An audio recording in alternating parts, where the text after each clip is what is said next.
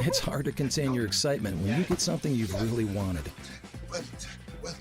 Like the gold standard in automotive protection, WeatherTech floor liners. With deep sculpted channels and laser measured for total protection in the front, back, and even up the sides. Dad, you're going viral. What? WeatherTech me. So don't be shy, enjoy. WeatherTech. Order your premium American-made products at WeatherTech.com.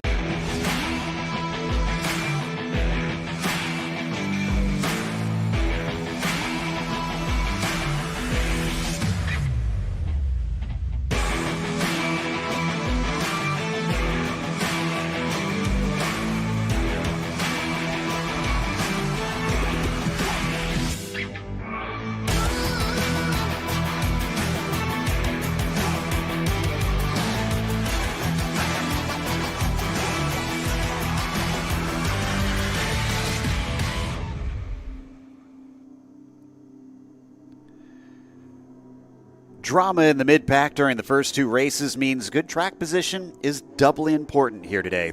Placing your car near the front at the start is going to be key. So with that, we eagerly anticipate the upcoming Porsche Endurance Challenge qualifying practice here at Sonoma. I'm Joe Peak with Ryan Marine, and it's a bit of a foggy, gloomy morning to start things off, but I'm sure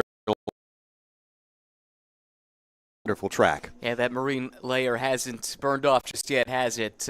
We do have that fog hovering overhead, but it is still a glorious day to be racing at Sonoma Raceway, this 12-turn, 2.5-mile racetrack that has so much challenge packed into a relatively small package. And as you pointed out, this is a really important session here. It's called qualifying practice because unlike a normal qualifying session, you can do changes to the cars in the pit lane without losing any of your times, but this session will serve as the qualifying session for the endurance race later on today.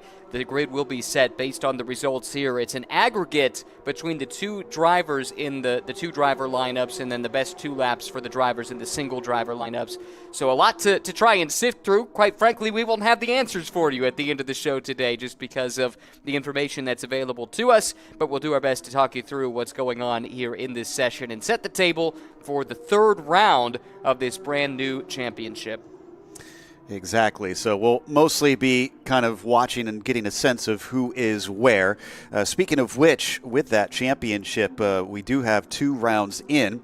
And just as we get these first times on the board to update you, Charlie Hayes is leading in the GT3 Cup points as he has done a solo drive with the second tied with Paul Bocuse and Trenton Estep as they've been driving together. Down in the GT4s, it is Michael Clark and Luke Hartog who are leading in the points down there with Ian Porter, his solo drive, putting him into second in that championship. Right now, we are seeing a few drivers having put times down, and it is looking quite busy. And much like we saw with the USA West Series, the other complication here, Ryan, is we've got both the GT3 Cup and the GT4 Cayman cars out there racing at the same time. That is going to be one of the fun dynamics of this race, especially if we get long green flag runs, because unlike the last round of the championship at Road America, or even the debut of the series back at Circuit of the Americas in May, this is a place where you're going to have to exhibit some patience if you're in the faster class, the GT3 Cup class, and you're coming up on some Cayman traffic. There are portions of this track that drivers have said you simply have to just fall in line and wait for your chance to get by.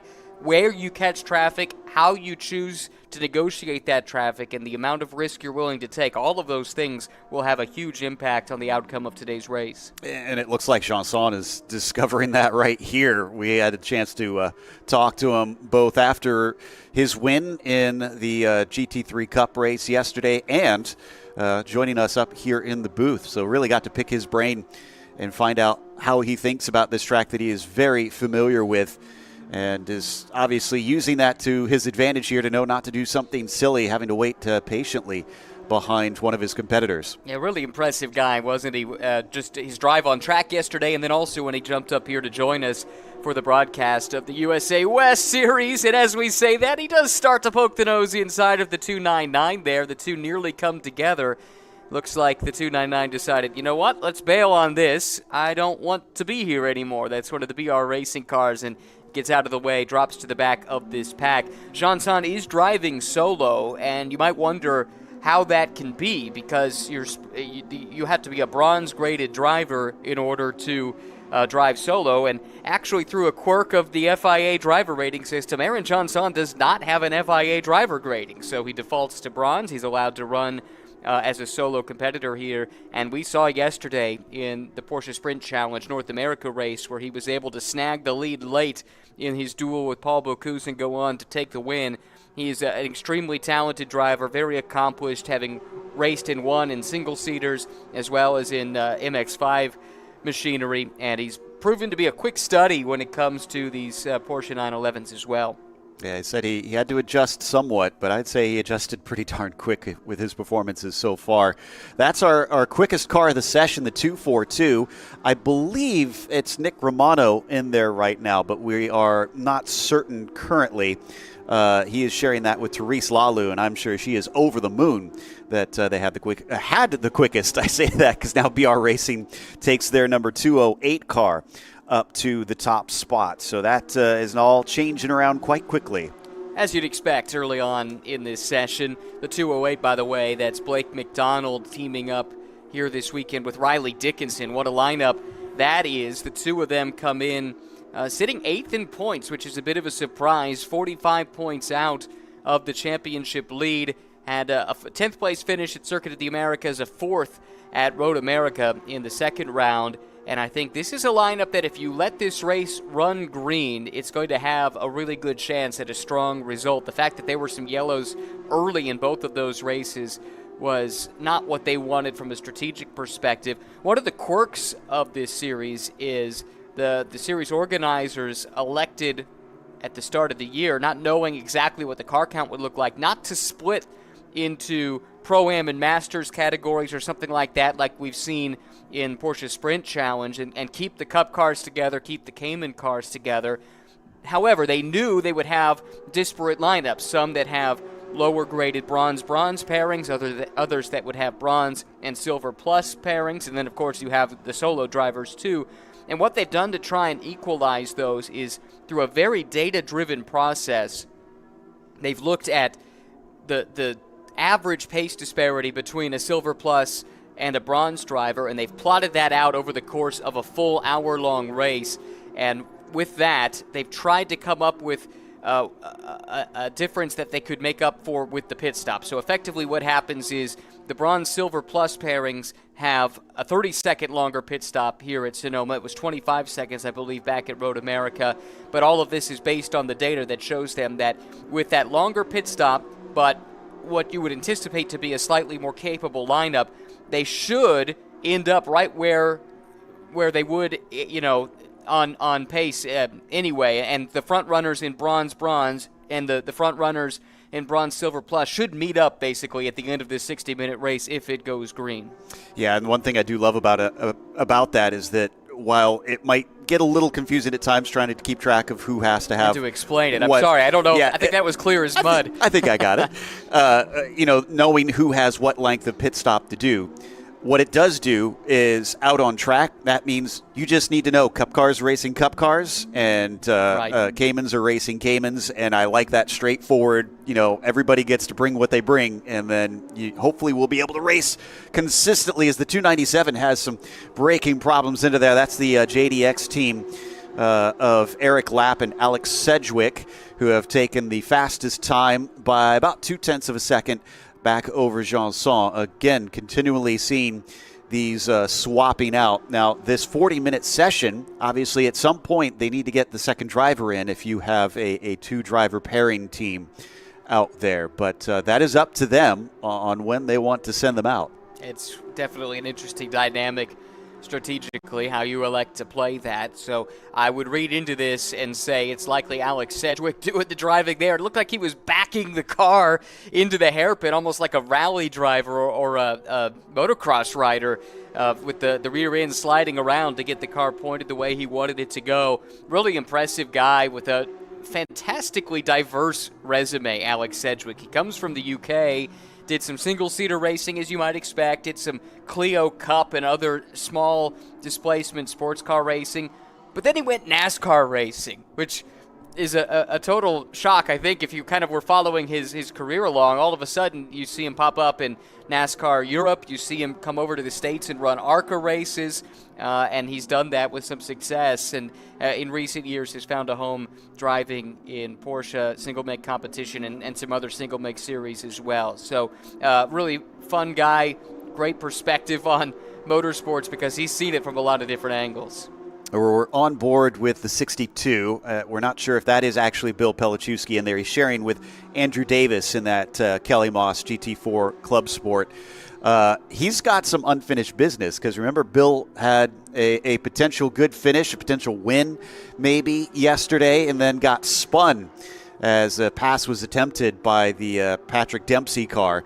Dempsey wound up getting a penalty for that, but Bill was penalized in the form of just losing all that position and was unable to get the win. So he knows he's fast, and the endurance race will allow him a chance to try and back that up. That was tough luck for Bill because he did a really nice job to avoid some of the chaos that was going on around him. There was some bad luck for Alan Scalzo, and all of that put Bill in the lead of the race. He was under a lot of pressure, but he looked like he was able to handle that, and then the contact sent him around, and you're right, just never had a chance to recover from there. And yes, the other driver was penalized, but that really doesn't put too much of a salve on the wound in the case of a driver who was spun around like Bill was yesterday. So looking to bounce back here today as well in the sprint race, and then he'll be joined by Andrew Davis in the endurance race that they're qualifying for right now. It's been fascinating watching the battle for the Cayman pole as well, because that has gone back and forth for a while. The 98 car of Dempsey and Long had it, but now Rob Walker, who is going solo for JTR Motorsports, is our current pole sitter in the GT4 Caymans. That's the JTR Motorsports car that you see up there, as the Kelly Moss 298 just jumped up into 13th. That's Gilliland and Meissner. And love seeing Meissner get back out on track, and honestly glad to see the car back out on track, considering the problems he had yesterday. That was his 991 car, though. Oh, that's true. And yeah. He's driving in a 992 here, which I think is it McGinnis that he's driving with, right? Let's double check that here.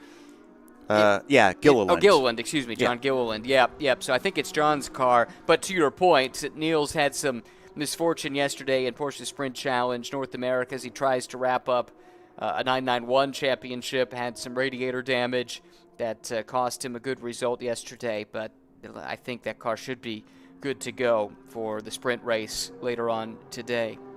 Now, we were watching on board with Ian Porter, another driver that is going solo on this one. And he looked like he was having a handful down into the hairpin at turn 7. I've seen a number of drivers slipping and sliding around. Yesterday, there was a major accident late in the day, and a lot of oil dry was put down there. And on top of things, I know when we stepped outside of the hotel, while it wasn't raining, all this fog, I could actually feel the moisture in the mist hitting us. So I wonder if the track is just a little damp out there.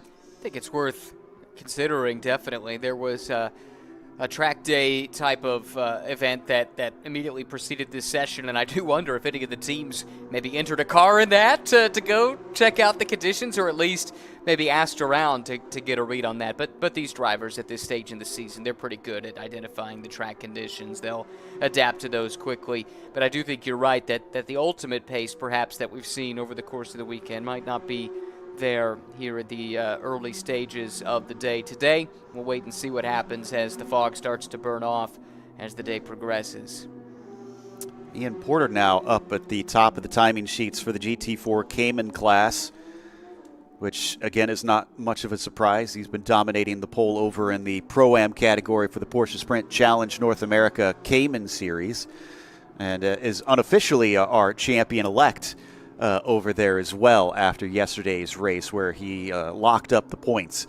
So he's riding a high. He comes off of a win last time at Road America, and it looks like he's kind of carrying that speed along. Yeah, 5th in the season opener at COTA, then that win, like you mentioned, at Road America in that truncated race that had the big incident at the very beginning. 3rd in points coming in, but very much within striking distance is Ian Porter, only 18 points out, and right now finds himself potentially set to lead the Cayman field to the green flag. Thankfully, we're starting to get some driver names here on our tower to help us out as well. We can make some educated guesses in some instances on who is in the car, but we unfortunately don't have all of that information with us. And Eric Lapp looks like he is currently set the best time up at the top, with Aaron Janson trying to chase him down. Still about 2/10 apart between them. Joel Johnson, how about that? In the 2:27 machine is currently sitting in third. He's got Darius Trinka with him in that JDX Cup car. Either way you look at it, that's a good result for them. The 271 MDK car just came by, and I think that's Nick Galante driving, Gustav Burton the co-driver there. Great to have Nick racing this weekend, filling in for team owner Mark Kwame, who couldn't be here. But Nick's been a long-time part of that program. He's driven with Mark in various championships over the years, including this year. And he's a local as well. He came up through the Jim Russell School, won that championship. That was based here at Sonoma Raceway. He's done a lot of coaching here and has a fascinating other career outside of motorsports, where he's actually a caddy at the famed Pebble Beach Golf Club. Interesting. I'd say so. Yeah. And actually, that's how he got hooked up with this Racing to End Alzheimer's operation, because remember, we had Phil in here in the booth with us at Road America, and Phil was talking about getting started through golf, and that was where that relationship began. That makes sense now. Yeah. What a strange world motorsports is, the way you get connected to all this. This is the 271 car with Bocuse sharing that one with Trenton Estep. They have been a force to be reckoned with in the Endurance Challenge, and I have no doubt that that is going to carry on. Paul has been looking for his first win in the Sprint Challenge this season, and we'll see whether or not he can take that here maybe over to the Endurance Challenge as well and put himself up there. They've jumped up into second in that MDK car, so clearly they've got the speed. Yeah, I misspoke when I said I thought it was the other MDK car that was in second, but you're right. That's Estep and Bocuse there in the second spot. We'll wait and see where Galante and Gustav Burton end up, but right now they're a little bit further down the order at this stage. But really good effort there. Thought yesterday was going to be the day for Paul. He led the field to green in Porsche Sprint Challenge North America, looking for his first win. Led most of the race, but got caught out a bit by some lap traffic, the out-of-class traffic, and that ultimately opened the door for Aaron Janson to come through and make that pass late in the going. But still, it's been a really strong, consistent season for Paul. He's only been off the podium a handful of times, really in his entire racing career in Porsche Sprint Challenge, if you think about it. He only was off the podium a handful of times last year. Same can be said here this year as he makes the step from Caymans to the Cup cars, and then now the chance to run in this Endurance Championship and get even more seat time. It's the 298 with Gilliland and Meissner, who we were talking about before, and heading down into the chicane at the end of the lap. That's proven to be one of the more crucial spots around here this weekend. A great place to try and overtake, but also a spot where you could find yourself either held up by traffic or maybe making just a little bit of a mistake, and that opens up chances here into the hairpin. But he's not taking the hairpin. He's making his way into the pit lane. Now that is going to be a critical part of our endurance race, because in the Sprint Challenge, they don't have to make scheduled pit stops, but they will have to make a pit stop in this one. And heading down into the pit lane, they have that long run around the outside of the hairpin where it's essentially single file. And when you introduce pit stops and driver changes, you introduce I saw that notepad new come rules out. and regulations. So let's go over it here, and we'll set the table for you so you know what to expect in the race later on. There are no minimum stint lengths. However, there are maximum stint lengths. 35 minutes is the maximum that any driver in a two-driver lineup can drive consecutively. And, of course, consecutively meaning you're only going to make the one driver change. So what that means then, when you factor in the pit stops, as we talked about earlier, are of a minimum length requirement, and it's different between the bronze, silver plus lineups and the bronze lineups. The bronze from pit in to pit out, including the driver change, it will be a 3-minute minimum pit stop. And again, that includes the transition through the pit lane. For bronze, silver plus, it's 3.5 minutes. So what that effectively does is create a pit window right around 38 minutes to go in the case of a bronze-bronze lineup, or 38 minutes 30 seconds to go in the case of a bronze-silver plus lineup. So that's when we could see some of those pit stops begin. Now, if you're driving as a single driver, you do still have to make the pit stop, even if you don't do a driver change. Of course you don't, because you only have the one driver. That pit stop must occur between minutes 20 and 40 of the race to put them roughly in the same time frame as the two driver lineups. So hopefully that's clear for everybody. Clear as mud, as always. Yes. But yeah, I think you did a good job, honestly, of kind of breaking that down. So yeah, just remember that 38-minute mark and the 40-minute mark to watch out for on when drivers will execute that. And some of that may come down to whether or not we get safety car periods out here, which, based on the first two races, I mean, the statistics say we're likely to have one. But we'll see. I'm sure the drivers have been talked to by race control plenty about trying to make this one a little bit cleaner than those in the past, especially at the starts of the race where both of them have unfortunately been interrupted right from the get-go. And, of course, Turn 2 is kind of notorious here for causing problems. But sometimes I've seen situations, Ryan, where because a track is kind of known for having issues, that puts drivers a little bit on guard, and things actually wind up cleaner than you'd expect sometimes. Well, let's hope that's the case. That's definitely what everybody here is looking for. We got a spin right there, just as we're talking about, trying to keep it clean. That's at the exit of the carousel. Looks like everyone was able to continue on, and that's good news. But yeah, we're just kind of waiting to see one of these endurance races really play out and have a long green flag run. In fact, we sort of had that in the second half of the race at Road America. Once the race got going, it was a lot of fun, but there was a long wait to get there with that incident coming to the green flag. So we'll have to wait and see how that plays out here today. But I think it could be a ton of fun, especially with the pit stop times being different between those two lineups, to see some of the bronze silver plus cars coming through the field late in the race. That should make for a lot of fun for us to keep tabs on. So I believe that was one of our Caymans that we had spun there. I was trying to make out their number as they came by us. We'll get you an update on who that was. Thankfully, it looks like the car is just keeping on without any issues. So hopefully there was no contact with anybody that put them in that position. As we're watching the Blake McDonald car once again with Riley Dickinson, that number 208, coming through that same section down the hill. And carrying on, they were looking good at the start. I'm trying to find where they are currently as well.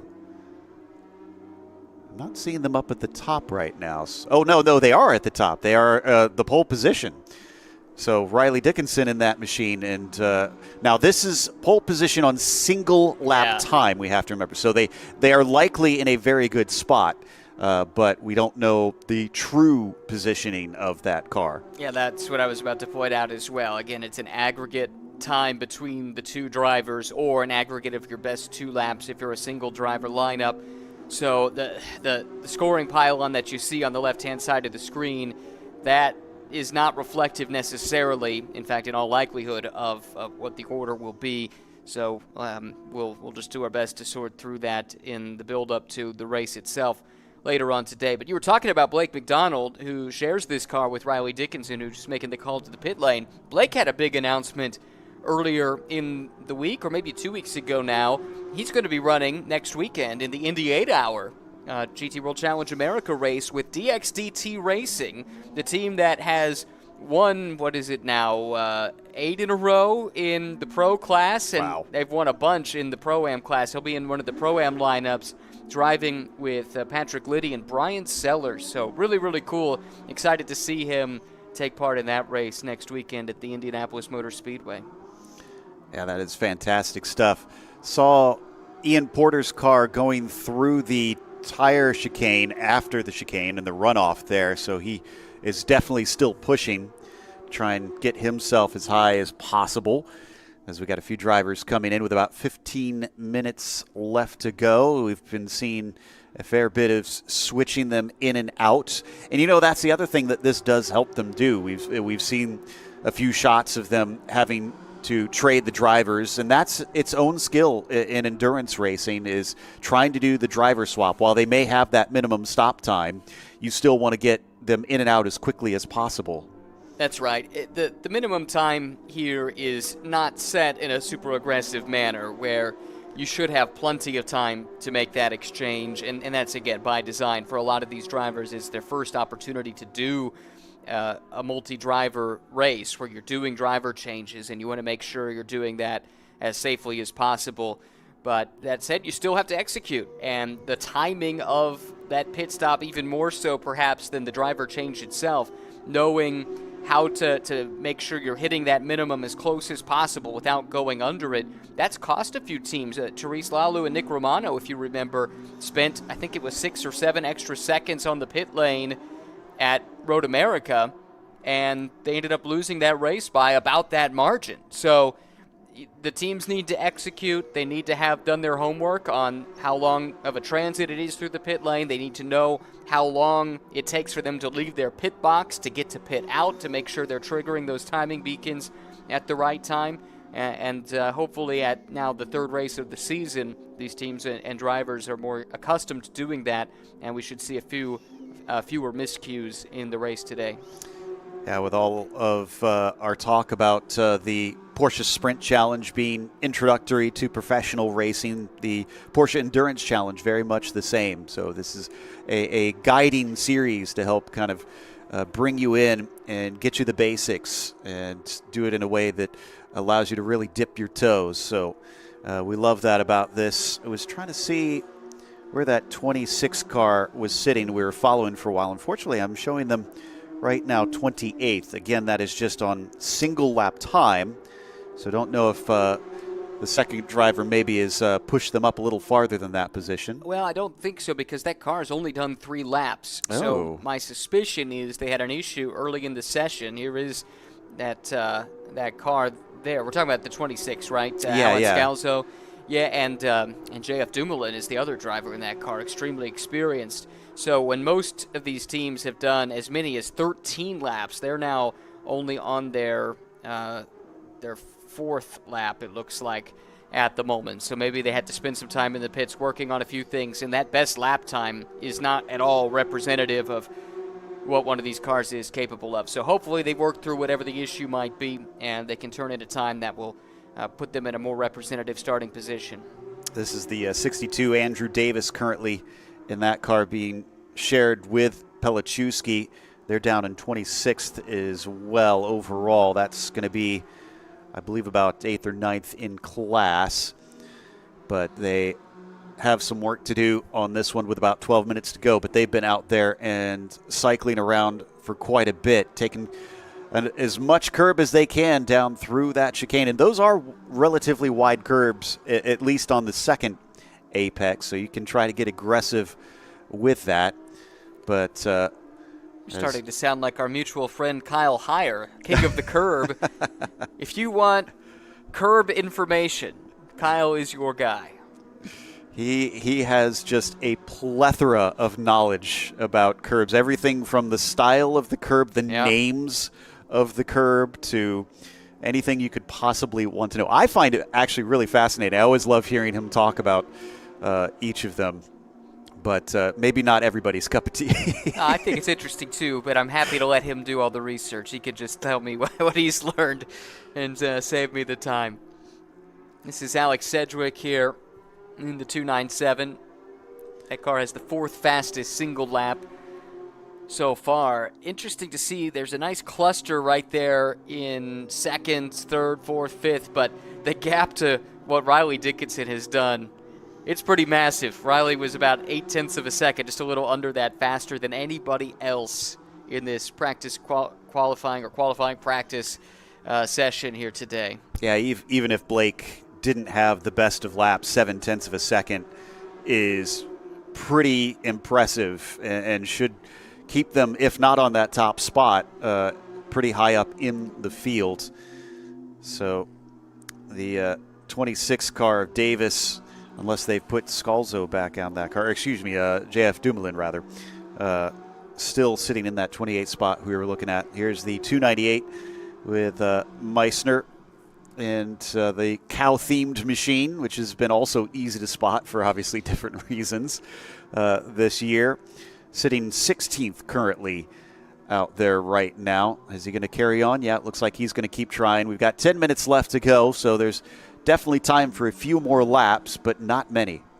Just thinking about with having Riley Dickinson in the field, the reigning Carrera Cup North America champion, we have, in all likelihood, the two most recent Carrera Cup champions in this field. Now, Luke Hartog has not won yet this year, but he needs something like 5 points in the remaining two races as part of the Petit Le Mans weekend to clinch the title, and he's in one of the Caymans here this weekend. It just goes to show the level of star power that's taking part in this Porsche Endurance Cup North America season as part of the coaching group that's jumping aboard along with their clients, and for talents like that to showcase what they can do here as well as what they've been doing elsewhere. I mean, Riley, he made his IMSA WeatherTech Championship debut at Indianapolis, what was that, last weekend in driving rain. He had never been in a GT3 car in the rain, had never been on the GT3 spec rain tire that they were using in that particular race, and his stint started in a downpour and ended in dry conditions, so he got a little bit of everything and really acquitted himself quite well, as you would expect. And then for a guy like Hartog, he's having maybe the most dominant season in memory in top-level single-make Porsche racing here in the States. So really cool to have drivers of their caliber, all part of the Porsche pyramid, of course, racing here this weekend. Yeah, that was one thing we were excited about as soon as they announced the Porsche Endurance Challenge, because a lot of those coaches had wanted to get out and share the cars with their students in this format. I mean, let's name drop a little bit here, because as you mentioned, we got Riley Dickinson racing. Trenton Estep is out here. We've talked about how Alex Sedgwick is racing. Eric Fulgaris, another driver champion in SRO, who is racing. Alec Udell is racing in this weekend. So there's a pretty stacked field. No question about it. Patrick Long is in the field. Andrew Davis we've talked about as well, and I'm sure we're missing some people, and I apologize. That's not the intention, but it's a bit overwhelming with so many of these really established sports car racing names that are taking part in the races here today. Andy Lee is another. Michael Miller, good to have him as part of this. You could just go on and on, right? It's a really good mix of drivers, and it's cool to see that the chance for them to race alongside people they've been coaching all year long. I feel like this kind of makes it a bit of a throwback to the days of old, where you'd get these top level drivers that would suddenly just show up and sort of run-of-the-mill races that you wouldn't hear as much about, and you look down at the entry list and you go, oh, they raced in that back then? It's like, yeah, well, they just kind of got into a race car if there was an opportunity. And sure. I'm pretty sure there's a lot of drivers today that are the same, that if you stick them in something that they can go fast in, they'll probably be happy to. Yeah, most drivers like it best when they're behind the wheel, right? And yeah. They're not going to look too closely at what it is, what the series is, a chance to race. I mean, that's what they live for. And then to be up against so many of their peers that they know well, right, in a series like this, it's a big deal for them too. See Reinhold Kron's car getting out there. They had to resort to a backup this weekend for one of their races as they had a crash in qualifying. They're just taking a quick look down in pit lane at that machine, so glad to see they're out and running. Hopefully, because we've seen in the past, one thing that we should point out is we do have 3 more Sprint Challenge races that are taking place today after this qualifying practice session. And there have been situations where drivers who had qualified and teams who had qualified sent the car out and had damage in the Sprint Challenge race and then couldn't participate in the endurance race. So they have to watch out for them doubly so today and make sure and preserve the car. That's a really good point. We've seen it work the other way, too, though, this weekend, where Reinhold Kron had a crash in his sprint car. Not a sprint car, but car for the sprint championship, if you follow. But they had a second chassis on hand to run in Endurance Challenge, and as a consequence, they were able to press that into service and run the sprint race yesterday. So that has worked out well for them. But for the teams that do use the same chassis for both, you do have to keep that in the back of your mind, especially if you're not really racing for points or something like that in the sprint race, just to make sure you keep the nose clean and you've got something you can race with later on today. You describing it as the sprint car now makes me kind of want to see, since we have a couple drivers that come from a dirt oval background, and this is sanctioned by USAC, I kind of want to stick some of these drivers in sprint cars or some dirt oval cars and see how they fare and see if they like it. I always love that cross-pollination and getting everybody as much experience as they can get as we're watching that 277 with Slavic and Miller, who are going to try and bring themselves up the order. Yeah, down in 17th at the moment. Yeah. But not sure we've seen Michael put a time in yet. He just got on board, I believe, here recently. Veteran driver, lots of experience, and a real asset to Jim Slavic. This is Carolyn Conda, new co-driver for her this weekend. I believe Alec Udell is joining Carolyn. Yes. So Alec has driven now with two different drivers, I believe, over the course of this season. He started off, as Ian Porter's co-driver, I think at Circuit of the Americas, and now slides over as Ian has gone solo, which is pretty cool in its own right, and jumped aboard this car with Carolyn. I think that is going to be a pretty potent combination, because you think about what we saw in race one in the Sprint Challenge North American Cayman race, where she kept hold of Ian all race long. I think it was something like 1.2 seconds at the line, and she was never more than about 1.5 behind him the entire race. And then you add into that Udell, who is part of that dominant DXDT team, so we know he is going to be pretty darn fast.